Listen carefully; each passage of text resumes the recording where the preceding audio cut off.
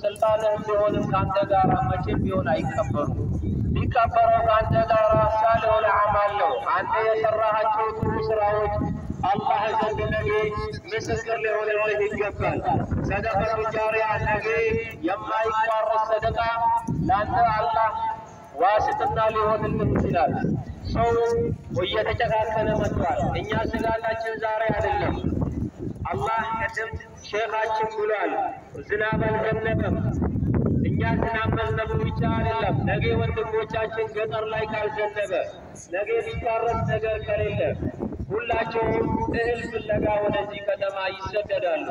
ሁላችንም ይሄንም ሳይሆን ወደ አላህ ተመልሰን ቅድም የተባለውን ዱዓ አድርጎ ሁሉም ደግሞ ያለውን ነገር ተጋግዞ በዚህ መልኩ መሄድ ያስፈልጋል።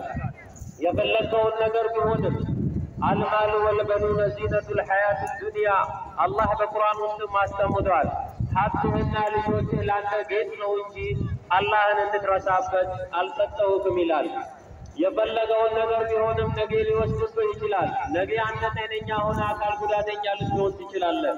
ወንድሞቼ ተመለሱና ይሁን እስቲ ሆስፒታል ግቡና ይሁን ይሄንን አየር መተንፈስ ማይችል አይሲዩ ውስጥ ቁጭ ብሎ እየተሰቃየ ያለ ነገ ወልዶ ይሄንን ረካ ሁለት ረካ ሰግጄ አላህን ምህረት ቢጠይቅ የሚል ብዙ ህመምተኞች አሉ። አንተ ጤነኛ ነህ፣ እግር የሌለው ስንት አለ። አንተ ታያለህ፣ በአይን ማየት የሌለው ስንት አለ። አንተ ደግሞ ግን ዛሬ ትናገራለህ። መናገር ማይችል አንደበቱ የተያዘ ስንት አለ። አልሐምዱሊላህ ከዚህ በላይ ማስረዘምም አልፈልግም። ከእናንተ በላይ ከዑለማዎች በላይ አውቄ አይደለም።